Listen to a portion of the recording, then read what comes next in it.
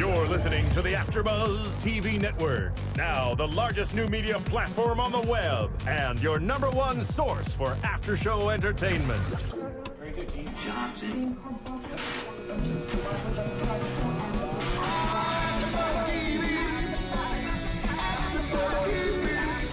the AFTERBUZZ Studios in Los Angeles, California, presented by Maria Menounos and Bing.com, and streaming live thanks to Akamai Technologies. This is AFTERBUZZ TV's Ray Donovan After Show. We'll break down tonight's episode and get you all the latest news and gossip. And now, another post-game wrap-up show for your favorite TV show. It's AFTERBUZZ TV's Ray Donovan After Show. Oh yeah, everybody.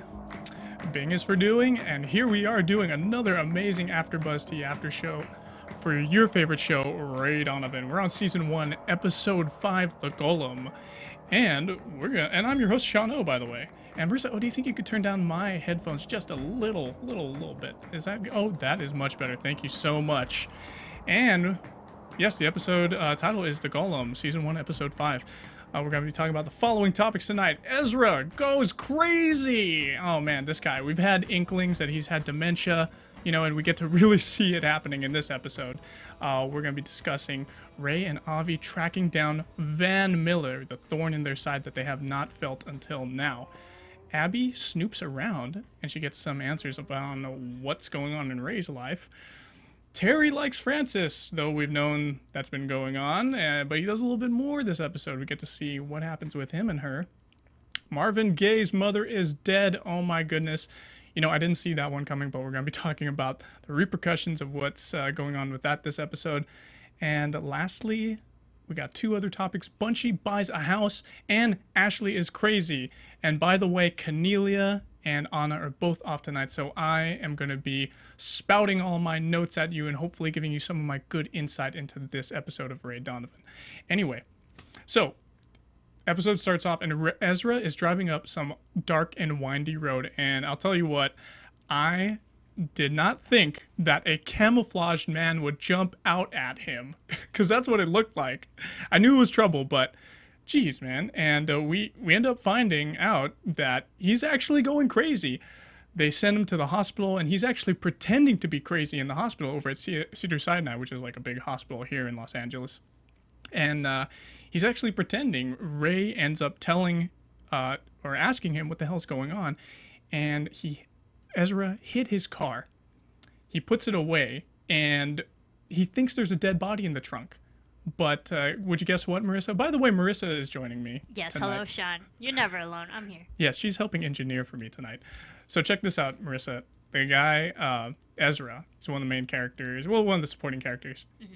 He's going through dementia, or he has a brain tumor, actually. He thinks that he hit somebody, and there's a dead body in this trunk, when actually it's a tree log. Oh.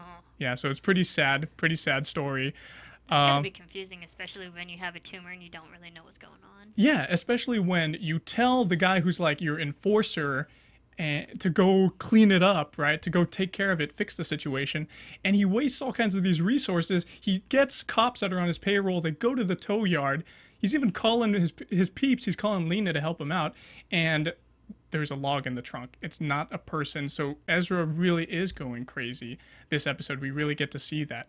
We actually also get to see Mickey pay him a visit, and Mickey's talking to him. They're talking about the past, and he starts hallucinating that Mickey is a golem creature, this creature from ancient mythology. He starts to get bark and limbs coming out of his face, and he's just like, he starts freaking out in front of him. Mickey leaves, but not before getting some intel on him because he's wired up. Oh my goodness. So Ezra just had such a big breakdown this episode. And he reveals at the end that he's got a brain tumor to Ray. That's a lot to process, especially when you're not in the correct mindset to process all of that. Yeah. And then going back to the log in the trunk, was that placed by someone else? Did he do that himself? I think, see, the thing is that it doesn't show what happens, but I'm pretty sure that Ezra did it himself, because he doesn't know what's going on. He thought it was a dead body that he put in his trunk, but it's actually a tree trunk. Wow. Yeah. Anyway, so we got Ray and Avi sitting down, and they're trying to figure out what happened with the payoff with the guy in Boston who ended up choosing Mickey out of a photo lineup, perhaps. And they take some pictures. Oh, Avi has some pictures. He ends up showing, hey, there's this dude right here. He doesn't look like a pimp. He doesn't look like a drug dealer, Ray says. But he's probably some guy who's law enforcement. You know, they don't think this quite yet. But they're really concerned about it. In the scene where they're first talking, I love Avi's accent. Like, every time I hear him talking, he's just amazing. He's got that really guttural, deep Southern, or rather Eastern European accent. It's just fantastic. Like, I don't quite know where he's from, but you know, maybe some of our fans who are familiar with those accents, maybe they can tweet at us and let us know where they think Avi's from. Do you guys think he's from Ukraine? Do you think he's from Russia? Let me know. Let us know here at AfterBuzz TV. Speaking of which, if you guys want to support us here at AfterBuzz TV, be sure to go to the iTunes store and guess what? Type into the search bar Serial Buddies, and it's an amazing, fun-filled film, written and directed by Kevin Undergaro. Great indie film. There's tons of cameos in there. We got Maria Menounos in there, of course, and we got Christopher Lloyd, Christopher McDonald. We got Artie Lang in there, Kathy Lee Gifford. Tons of people, and it's just like an amazing, funny film. It's pretty much Dexter and Dumb and Dumber mixed together in this cockamamie, awesome, fun film, and I enjoyed it. My friend Gian Molina, he's in it. He plays one of the characters who are the killers, and it's just fabulous film. You know, pick it up for $5.99. Well, you don't pick it up, you download it. You know, because it's up there on the iTunes store. So download it, and guess what? It helps us out here at AfterBuzz TV to keep the lights on, and we're asking you, our AfterBuzz fans, for help, and that we don't ask much. So go ahead and download Serial Buddies today. Anyway, let's get back to talking about Avi and Ray tracking down Van Miller. So Van Miller ends up meeting Mickey outside the bank, like right after they have this thing. I'm gonna talk about that later, with Mickey being hilarious in the bank with Bunch, and Mickey just treats Bunch like a child all the time. Come on, I really pity Bunch though, but we see later on that Mickey is bugged when he comes out of Ezra's place. So there's all this intel that Ezra is just spouting about every dirty deal they've done together. We don't really know everything that's happened, but Van Miller gives it a listen to, and he's like, you know what, this is good intel. And Van Miller's investigation, that thing is just, that folder is just getting thicker and thicker with every episode. And but Ray and Avi, they're on Van Miller's trail, and they end up going to his place, and it's kind of funny how right on the desk, or on the table rather, they see what looks to be a Tommy Wheeler action figure, who kind of, well, Tommy Wheeler is probably like Bruce Willis in a way. He looks just like him. So everything is coming like together really well, I feel, this episode, and we get to talk about all that stuff with Ray, listening to Ezra about his brain tumor, and then we fast forward and we get to see Abby snooping around this episode. She's looks like she's clearly mad at Connor, and for hitting Feldman Jr. in the back of the head with the football tee. Oh man. And it must have just happened just recently, so there's probably not too much of an ellipse between the last episode and this one. And guess who shows up at the house? Marvin Gaye, and he ends up saying hi to Bridget right when Abby leaves, and he starts smooth talking his way to get into the house, and it kind of seems like, in a way, it's a little bit of a Romeo and Juliet story, which is kind of funny, in a way, not too much, but Marvin Gaye, he ends up bringing some drinks, some alcohol into the house, and these kids are like 15, 16 years old tops, and they're all drinking alcohol. Looks like they're smoking pot there in the house, and Connor and Bridget are just being subjected to Marvin Gaye, and you know, he's obviously got a lot more worldly experience than they do, so they end up getting drunk, getting high together. And we see Connor trying on his dad's blazers. Clearly, he's trying to emulate Ray. He looks up to him, and that's why he's being the way he is, like sticking up for himself, hitting Feldman Jr. in the back of the head. Like, hey, no one tells me that I'm a ding-dong sucker. I have a question. Oh, sorry. go ahead, Marissa. Is Ray the parent, the father of these kids that are drinking and doing Yes. drugs? Okay. Yes. For Connor and Yes, Abby. Connor and Abby. Do you think he condones that kind of behavior because he does drugs with his own father? No, he actually does not. He does Or not he doesn't do No. drugs? Or... So Marvin Gaye, he's like the outside kid who has a crush on Bridget, who's Bridget and Connor, their brother and sister, and they're Ray's children. And Ray, he doesn't do any drugs. He kind of drinks every now and then, but I don't think he would approve of the neighborhood kid who he's buying. By the way, he's buying this kid for to switch him over to this rapper guy Recon, so that they can he can have custody of him and raise him to be like a good, like, just a black Justin Bieber, pretty much. Okay. Interesting. Yeah, All it's an interesting story arc that's going on. But anyway, Connor, while he's trying on his dad's blazers, guess what? Pukes all over the watches that he's trying on as well. Yeah, all over the nice. I don't even know what kind of watches he's got, but I'm just wearing Fossil here. But he's probably got something like Bulova and Rolexes in there and other things, other amazing watches. It's just disgusting. And he passes out. The kid passes out in there with puke all over his mouth, and it's just, man, it's unsupervised kids in a big mansion in Calabasas is just, it's not a good mix. And anyway, that's all I have to say about that. But I think there was a little bit more about Abby that I wanted to talk about. Oh yeah, so Abby and her classmate from yoga named Nomi, I'm sure she's not going to be in very many other episodes, but she mentions that she sees Abby crying in class. Which we've actually seen a couple of times, or one time rather, in the previous episodes. And how embarrassing is that, right? If you were caught crying in your yoga class, oh man, it's supposed to be a relaxing time, but I guess she really did let go of all of her emotions during the class, and she got noticed. So anyway, she starts to talk more as the episode goes on, and she's honest about everything except Ray, I feel. And I wonder how long Ray has been really lying to her. We've talked about this in previous episodes, and it really feels like he's probably been lying to her ever since he got into the business, ever since he's been doing his fixing and with his own mob and mafia connections, probably before the kids were born even, and the kids are like in their teens.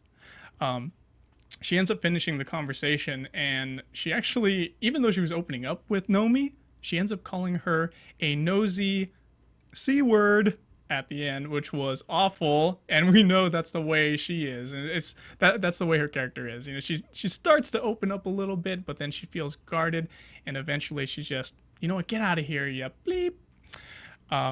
She begins to snoop around Ray's place, and his office rather, and she finds pictures of Mickey in Palm Springs when he visits his baby's mama, Claudette. And she looks into the drawers. At first, she finds nothing. She finds the dead priest O'Connor's report. And she's like, I'm sure what's going through her mind is, what the hell is my husband up to? If she didn't know before, well, she certainly knows that something's amiss now. She goes over to his apartment, and she starts looking through his stuff, too. She sees in the bathroom, she sees the handcuffs, the blood that's on the mirror, and the beginning of Ashley's name that's written there, who was formerly cuffed there. We'll get into that and how crazy Ashley is in a little bit. And everything is just going so wrong with people this episode, and there's virtually nothing that's going right. I feel like the only thing that's going right so far is Van Miller's, his investigation's going well on his end, but Ray and Avi are tracking down Van Miller, and that's the only thing that's going well for them, I feel. But Ray just I feel like he gave into his hubris this episode with Ashley, and it was just awful the way everything ended up happening. And I wanted to backtrack a little bit to Ashley and talk about her.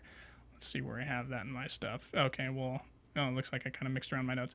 However, okay, so Ashley comes to Ray's door, and this woman is crazy, man.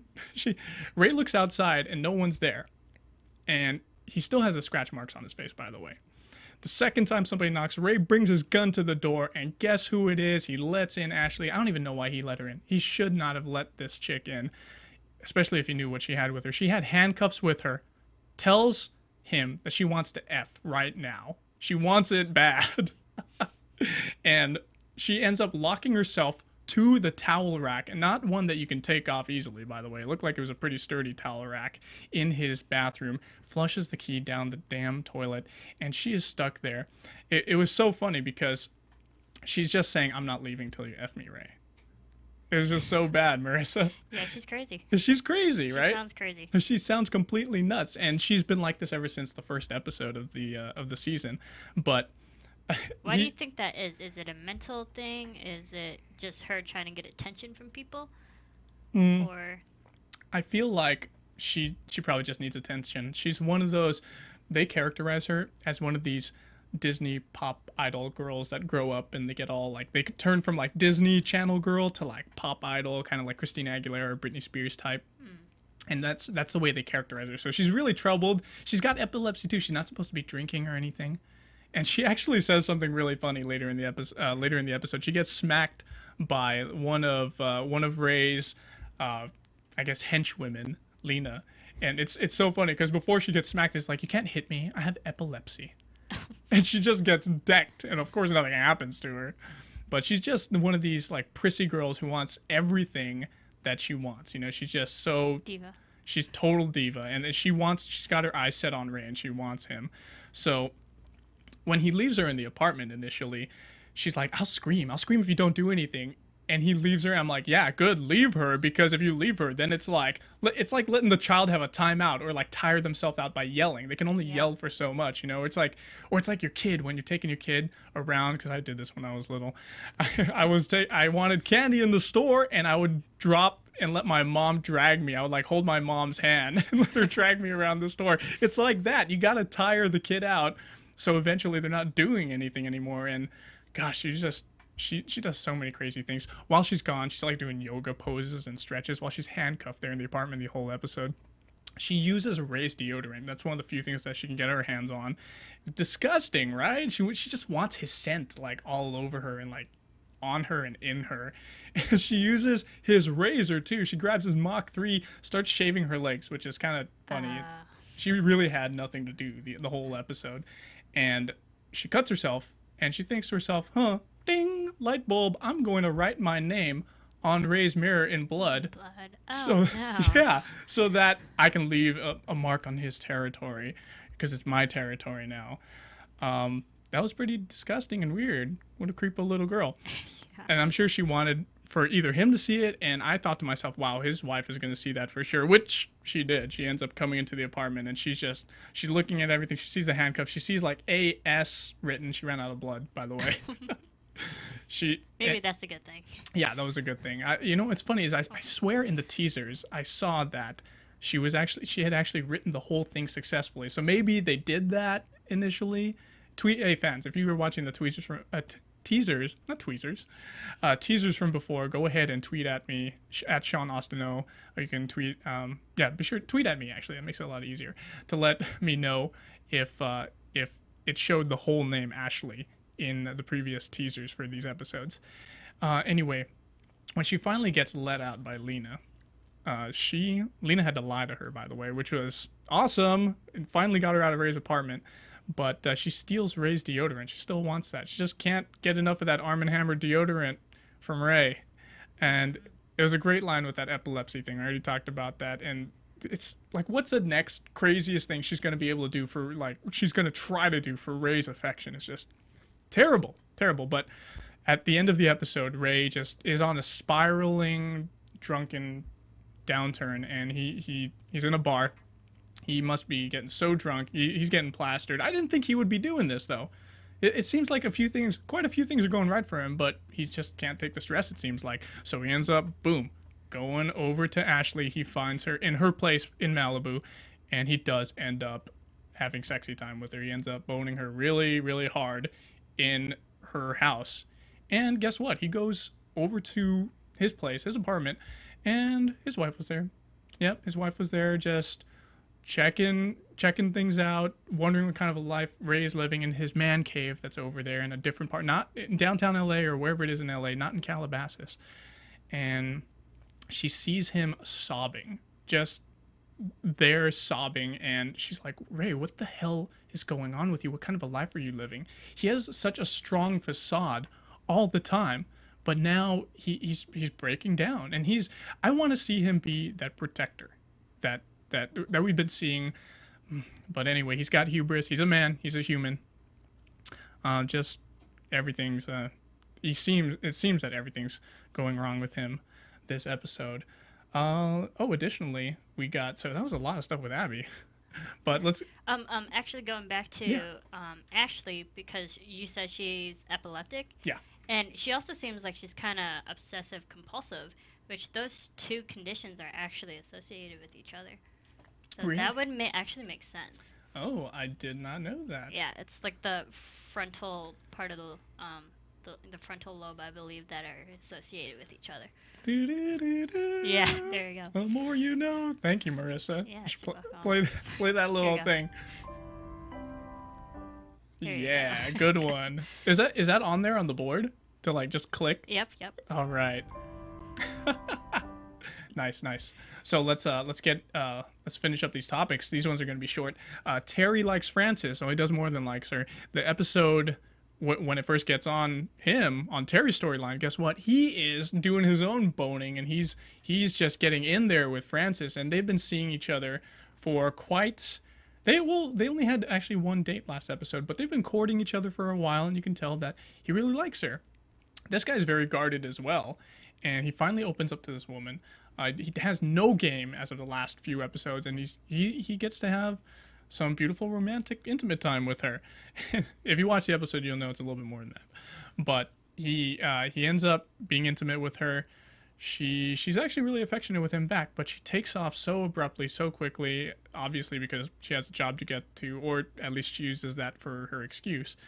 But she ends up leaving. The next day, she doesn't come back. He's starting to have withdrawals, and Terry, you're just playing the desperate man, dude. You gotta give the lady some space, especially if you want her to come around more often, even though she's your nurse, so she's got to come around sometime.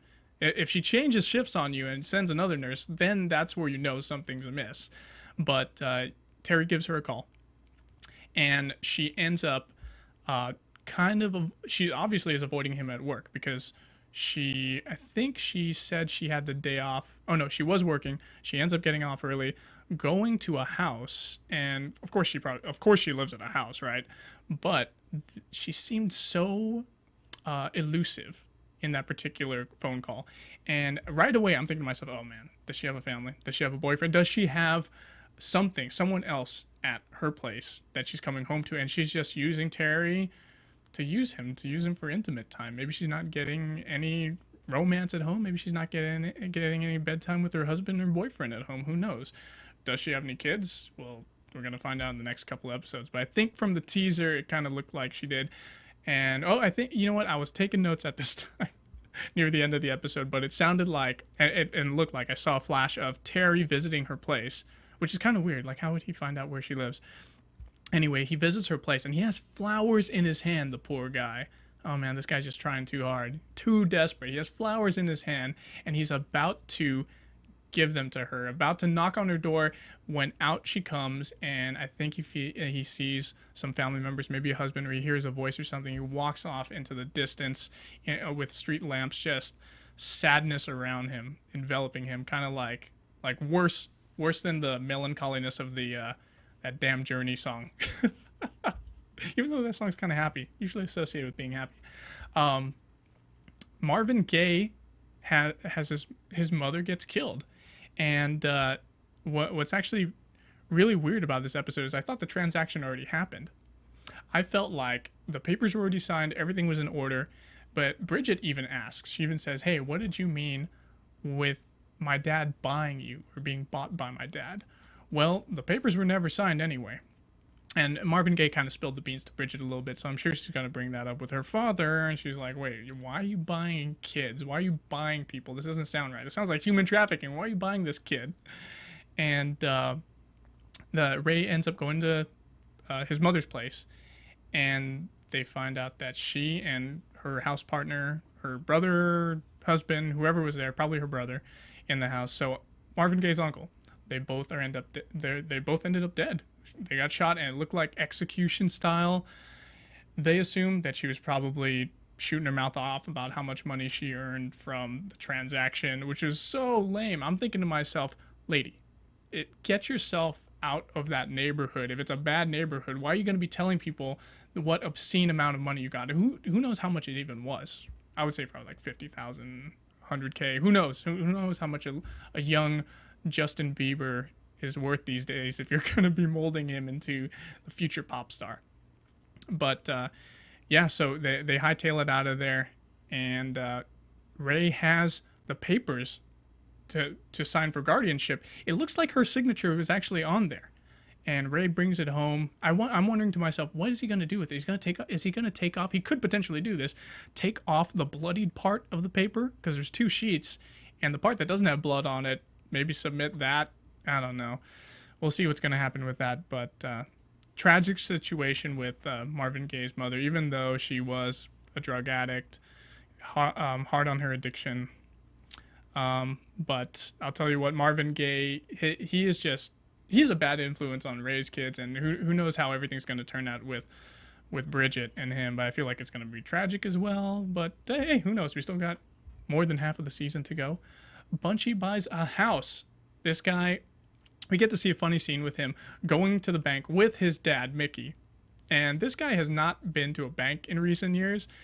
Why would you just try to deposit $1.4 million check into one account? You gotta, come on, man. Mickey, you gotta do the FDIC strategy, which is every bank account is insured up to $100,000. So spread that out, man. Put that over 14 different accounts. Don't put it all in one account. But I must say that the teller and the manager were extremely rude, because they're looking at the check, making sure it's legitimate and real right in front of him. And it's like, dude, are you serious? I feel like in real life, they would just go ahead and take that check to the back room and maybe inspect it there. But looking at it in front of the customer, bad customer service right there, whatever bank they were at. But anyway, Bunch ends up buying a new bike afterwards, which is completely juvenile. And what was actually funny is, like, a little bit later on, he's riding the bike, and a kid on the street comes up to him, and he's like, "Oh man, nice bike!" Oh, giving him all these props and everything. Is that Shaun White? That looked like Shaun White in the episode, like before he cut his hair, which was pretty funny. And I was looking at Shaun White's Twitter account tonight, and he didn't say anything about being on the episode, and his hair's a lot shorter than in the Ray Donovan episode, so I'm not sure if it was him or not. Who knows? It could have been a little funny cameo. If you fans think it is so, or you find out it is so, be sure to tweet at me, at Sean Ostino. Let's see what else happened. Oh, okay, so he ends up buying a house. Yeah, so a little fast forward, Bunchy's riding around on his bike. He sees a house for sale. Huh, what else can I blow my $1.4 million on? He ends up buying a house that, well, it doesn't show him finish the transaction, but he ends up getting the realtor or the owner, whoever this shady looking guy was, over there, and they end up purchasing the house, which was pretty, I'm sure it is going to happen next episode. They show in the teaser, they see them in the house partying. It's a little bit fixed up, and he's going through some crazy drug-induced, oh, I'm gonna light my pennant on fire in my room in my brand new house, which is kind of dilapidated, by the way. Anyway, yeah, I think that about does it with our episode recap and my breakdown of it. I hope you guys enjoyed my insight and my view on this particular episode of Ray Donovan. But there were a couple other things. If I missed anything, guys, be sure to tweet at me at Sean Ostino. And Marissa, let's go ahead and go into news and gossip. AfterBuzz TV News. All right, so I got a couple of great comments from some of our fans on iTunes. We got some. We got a few comments. 5 stars, great show from Alpha Man. He says, love the show. Oh, excuse me, love the host, and so glad Ray Donovan got the AfterBuzz treatment. Thank you very much, Alpha Man. Good show, and 5 stars from Go Gators. And Go Gators says, love the panel, love the show, excited to see where it goes. Thank you very much for your comment. And lastly, we got Why Mickey Goes to the Buggy Whip. And this was a really interesting one, by the way. 5 stars from Phil Boots, and he says 2 reasons why Mickey went to the Buggy Whip. A, Mickey is all worked up after seeing the love of his life. Yeah, Claudette, you make a really good point there, Phil. That I was wondering, oh, just, Mickey's just doing his thing. He always wants to get high. He always wants to do something, but he is probably really hurt. He's got a facade too, just like Ray. Yeah, I'm sure he's got a strong facade. Women are his hubris. In this case, it's Claudette, and he can't have her anymore. She wants to stay with her producer husband, and I'm sure that's why Mickey's all worked up and he goes and he does some drugs over there. Also, B, this is continuing on Phil Booth's comment. B, per Mickey, a mouth is a mouth. Oh man, are you serious? I didn't think about this until I just read it right now. So he's probably gonna go and meet himself a suitor that evening and get a little action. Ooh, that's risque. Anyway, also on our news and gossip, continuing on, I was looking at the Ray Donovan show at show_Ray Donovan Twitter account. And they tweeted, take 20% off hashtag Ray Donovan, Donovan's Fight Club, that's spelled F-I-T-E, club, gear with code FITE20 at checkout until tonight at midnight. Oh, well, that was actually a couple days ago that they tweeted that. But if you guys want to, you can go ahead and check out their stuff. They got some interesting shirts that are promoting Ray Donovan and Donovan's Fight Club on the show. It's pretty cool. If you love the show that much and you want to get immersed into it, you can buy yourself a bunch of stuff. Check that out. Support Showtime, because we do our shows for them. Kate Moaning, at Kate Moaning, spelled Kate, K-A-T-E-M-O-E-N-N-I-G. I guess it's Monig. She plays Lena on the show, and she tweeted, best bath in the intergalactic vortex. This is actually a twit pic. She went to this one place called the Integratron, which I've heard so much about from a bunch of my hipster type friends here in LA. And it's actually way out there. It's somewhere in the desert, and you get a sound bath. So I'm not sure if Kate Monig is a little hipster. She kind of looks like a hipster type chick on the show, but in real life, she likes to go to the Integratron. Very interesting. So you go to these things, you sit in there at the Integratron, and they vibrate parts of this. I think it's a big cavernous like circle, rather crystal. And you can actually get a sound bath in there, and it's like a sound massage. Very interesting, very amazing. I haven't tried it out myself, but I hear it's wonderful. It sounds like a transformer. And Kate Monig also tweeted, "Yep, Orange is the New Black is beyond awesome. My mom is addicted too." And great show, right, Great Marissa? show. I love it. What episode are you on right now? I finished the whole season already and already started watching it twice. Oh my gosh. You know, so good. It's really good. I think Netflix. this one and House of Cards are probably so far the best series on Netflix original series so far. Hemlock Grove is great too. Yeah, come on. But honestly, I like the show honestly, but I'm all rated under as number 3 for myself because but I'm still not sure which one's going to be better between Orange is the New Black and House of Cards, because House of Cards was great, but I just didn't like the way it ended. So hey, if you fans, if you want us to know what you think about those shows, you should tweet at us. Hey, maybe we'll do an Orange is the New Black, because I don't think we're doing it right now. We are doing it, actually. Oh, who's doing it right now? Starting August 4th. Do you know who's doing it? Hosts to be determined. Oh, to be determined. But I will definitely get my voice in there. Okay, very good. And that about does it for my news and gossip. Let's do some predictions. And now, your AfterBuzz TV predictions. Alrighty. Humna. Predictions, eh? Alright, I got a couple. Van Miller will get cornered and beat up next episode by Ray. He's probably gonna have he's probably not gonna have the choice of the bag or the bat. He's probably just gonna straight up get the bat. I'll tell you what. And we will see Ray recover from his depression, this downward spiral that he's in, hopefully, and he's gonna get back in business next episode. Lastly, I want him to be that. I kind of mentioned this earlier. I want him to be that strong protector once again. Ray's got this hubris. He wants to help people. He's doing it for his job also, fixing things, but he's also got this soft side where he helps people out who need help. I want to see him get back to that. I do not want to see him as a drunken mess anymore, but hey, you know what? That's where we take a roller coaster of emotion for this character, and hopefully Ray ends up being awesome and kicking butt next episode. And so that about does it for us here at AfterBuzz TV, or me rather. You can go ahead and catch me and my co-host Cornelia will be back next week.